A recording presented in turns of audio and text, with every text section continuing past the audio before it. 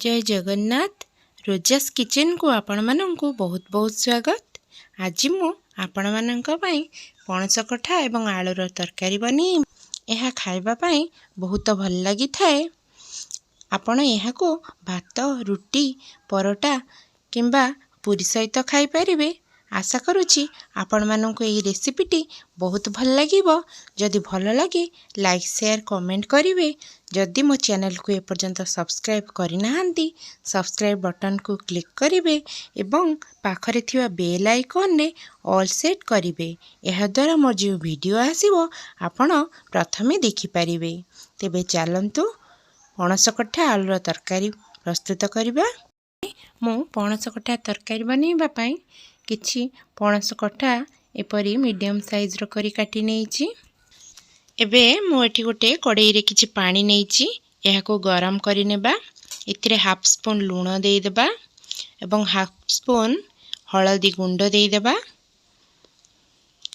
एवं एथिरे काटी रखिथिबा पणस कठा गुडी को देई देई 5 मिनिट पर्यंत बॉईल करि नेबा।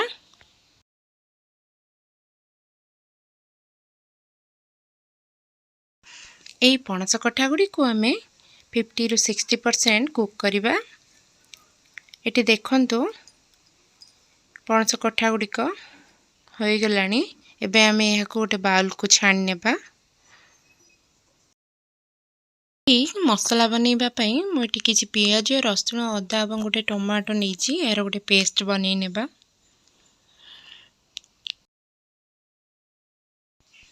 तरकारी देबा पई मोठी दुईटी आलू को एमती मीडियम साइज रो चोपा छड़े काटी नेछि। गोटे कड़ाई रे किछि तेल देई हमें गरम करि नेबा एवं एई आलू रखिथिबा आलू को देई भलो भाबरे फ्राई करि नेबा।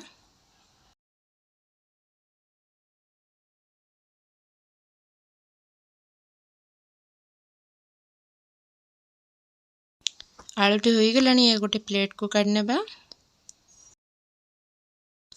एवं सेई कड़ाई रे आउ किछि तेल देई देबा एवं हमें छाणी रखिथिबा पणस कठा को सेथरे देई एहा को मध्य फ्राई करि नेबा।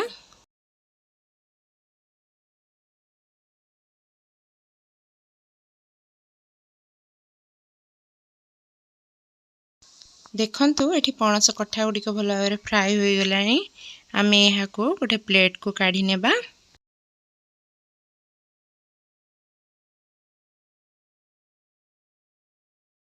एबे से कड़ाई रे किछि तेल देई गरम कर नेबा एवं एठी दुईटी गुजराती दालचीनी लवंग गोलमरिच एवं किछि तेजपत्ता को छोट छोट पीस कर नेछि। एहा को से तेल रे देई देबा। एगुडी टिके भाजी देला परे हमें एथिरे रखिथिबा कटा पियाज देई एहा को गोल्डन ब्राउन कलर हेबा पर्यंत भाजी नेबा। पियाज टी गोल्डन ब्राउन हैला परे एथिरे हम हाफ स्पून हल्दी गुंड देई देबा 1 स्पून लंका गुंड देई देबा एवं एहा को गोटे मिनिट पर्यंत भाजी नेबा। बेसी समय भाजीबानी ए द्वारा गुंड मसला गुडी को पोड़ी जिवो। एबे एथिरे बाटी रखिथिबा मसला को दे देबा। एसबू को मिक्स करि नेबा भलो भाबरे एवं 5 मिनिट पर्यंत भलो भाबरे कसी नेबा।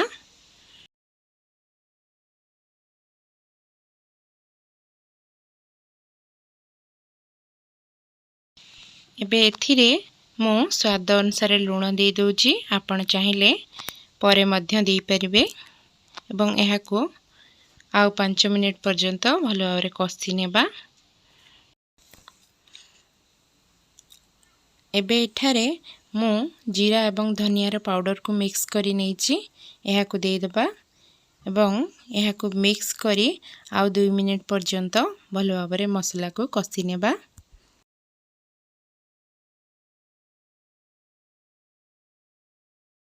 मसला टे भलो भाबरे कसी होई गलानी। एबे फ्राई कर रखिथिबा आलू को दे देबा एवं एहा को 1 मिनिट पर्यंत कसी नेबा।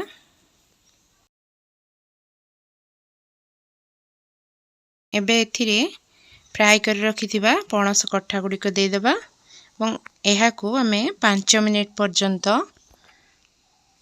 ଭଲ ଭାବରେ ମିକ୍ସ କରି କଷି ନେବା।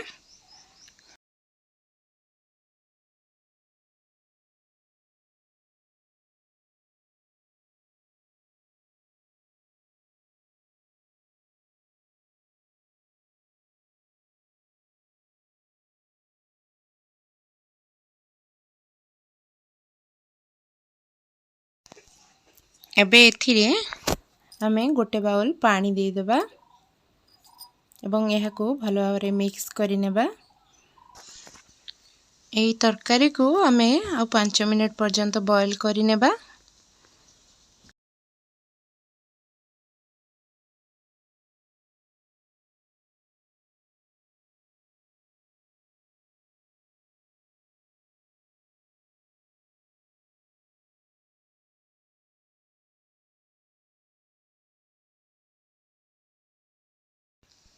ତରକାରୀଟି ହୋଇ ଆସିଲାଣି ଦେଖନ୍ତୁ।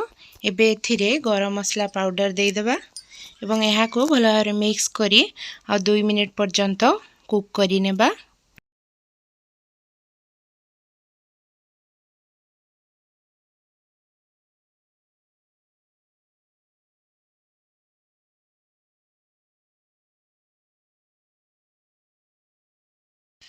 ଏବେ ଦେଖନ୍ତୁ ତରକାରୀଟି ହୋଇଗଲାଣି। ଆମେ ଏବେ ଗ୍ୟାସର ଫ୍ଲେମ୍କୁ ଅଫ୍ କରିଦେବା। ଦେଖନ୍ତୁ ତରକାରୀଟି କେତେ ଡିଲିସିୟସ୍ ଦେଖାଯାଉଛି। ଖାଇବା ପାଇଁ ମଧ୍ୟ ବହୁତ ଭଲ ଲାଗିଥାଏ। ଆଶା କରୁଛି ଆପଣମାନଙ୍କୁ ଏହି ରେସିପିଟି ବହୁତ ଭଲ ଲାଗିଥିବ। ଏହାକୁ ଆମେ ଗୋଟେ ପ୍ଲେଟ୍କୁ କାଢ଼ି ନେବା। ଯଦି ଆପଣଙ୍କୁ ଏହି ରେସିପିଟି ଭଲ ଲାଗିଥାଏ ଲାଇକ୍ ସେୟାର କରିବେ ଏବଂ ଆପଣଙ୍କ ଅନୁଭବ ମୋ ସହିତ କମେଣ୍ଟ ବକ୍ସରେ ନିଶ୍ଚୟ ସେୟାର କରିବେ। ଧନ୍ୟବାଦ।